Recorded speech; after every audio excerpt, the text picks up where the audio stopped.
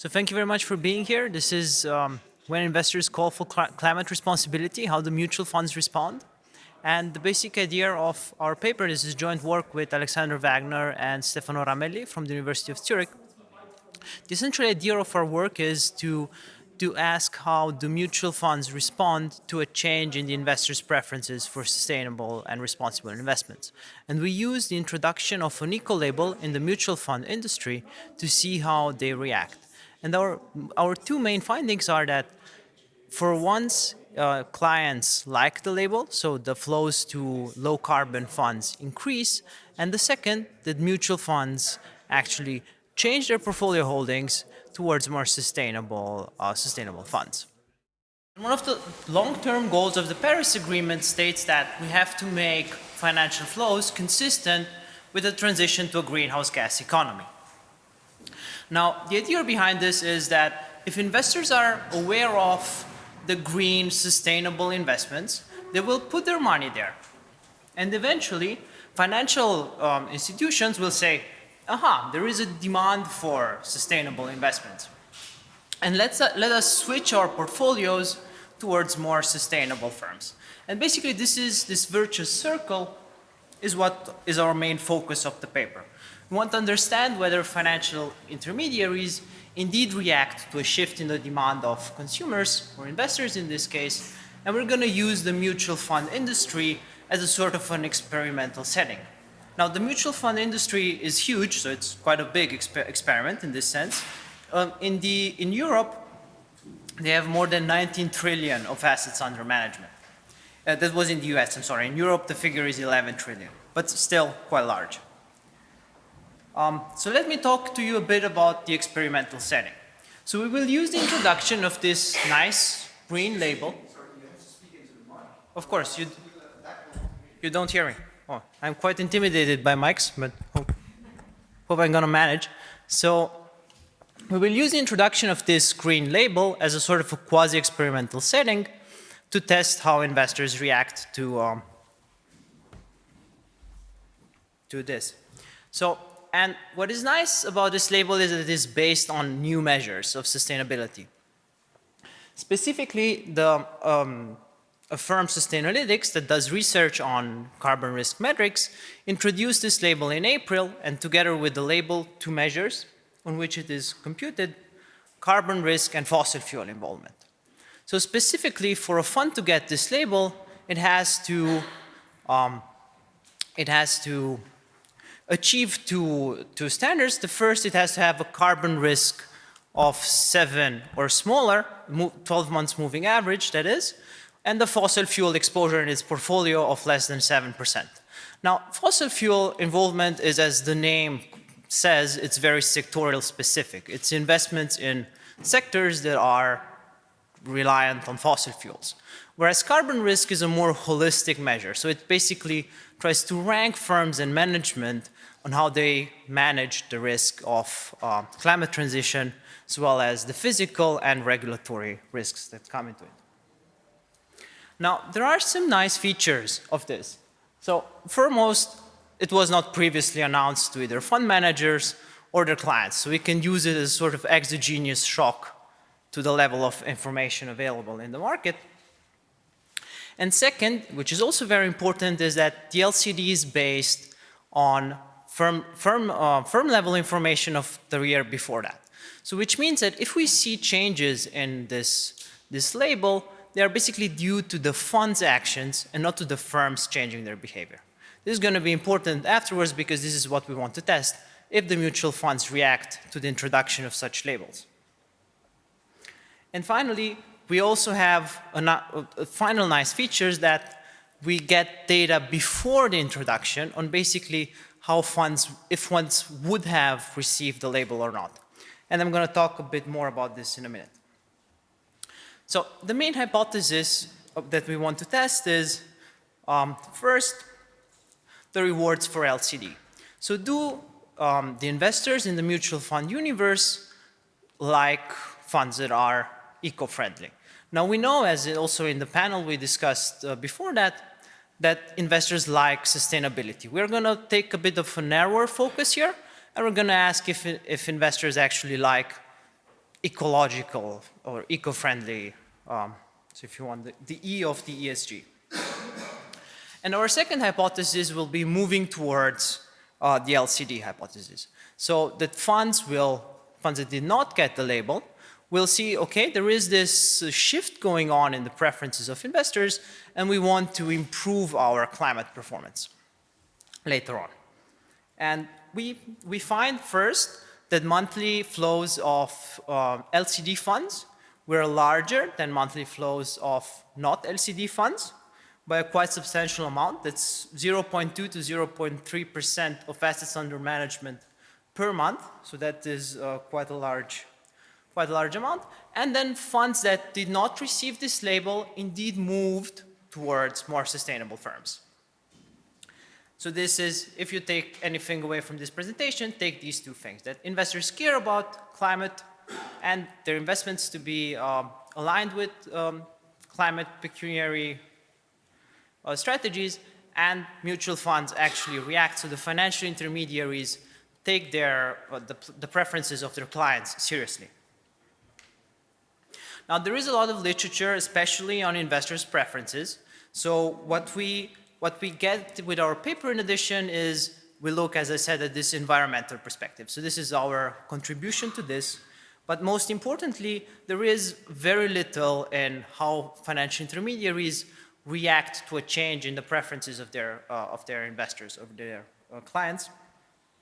And basically, we will test this mechanism in the mutual fund industry. Now, why is the mutual fund industry such a great setting to test these changes? Well, first of all, fund flows are an immediate outcome. So we can see in basically real time how the clients react to this.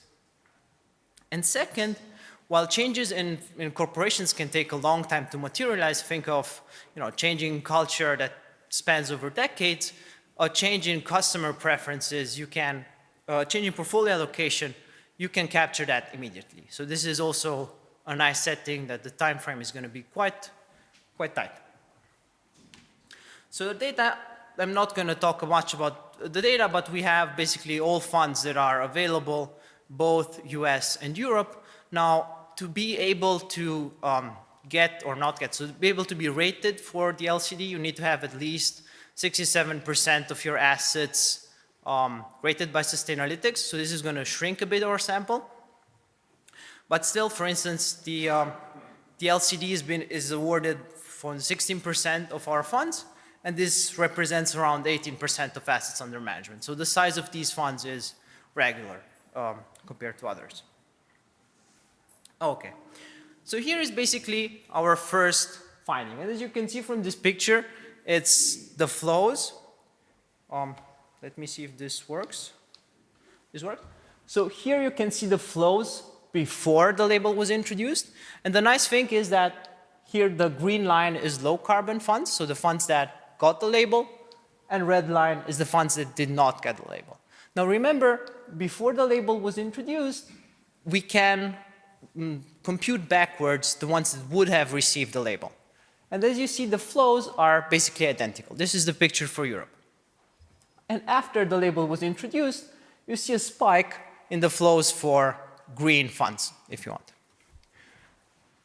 And this is a very similar picture for the US, just that beforehand, green funds had sort of a disadvantage in regard to conventional funds. But again here, the clients did not know that these funds were actually green or not. So this wedge here closed after the label was introduced, and green funds eventually sort of overtake brown funds, if you want. And basically this is testing this in a more formal way with controls and everything. And the coefficients mean that LCD funds enjoy 0.24% monthly flows that are higher than not LCD funds. They are similar in many characteristics. So the economic impact, as I said, is quite important. And the coefficients on control variable are are aligned with the previous literature. and it's very robust to several specifications. So the results are very robust. Now, a question that naturally arises is, why do investors like low carbon funds? Right? This is fair to ask. And these funds outperform in the future. LCD funds outperform not LCD funds. And we might think that, well, investors just see that this is a sign of future performance, and this is why they go into low carbon funds.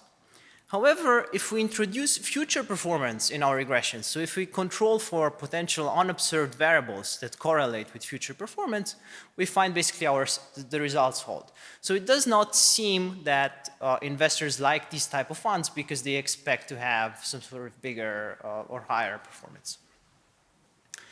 Now let me get to the second hypothesis. Remember, our second hypothesis was this moving towards LCD. So funds that did not receive the LCD, again, these red guys over here, they improved their climate responsibility metrics compared to guys that did get the LCD. And as you can see here, we have, I've a bit changed the axis so that those two levels merge together.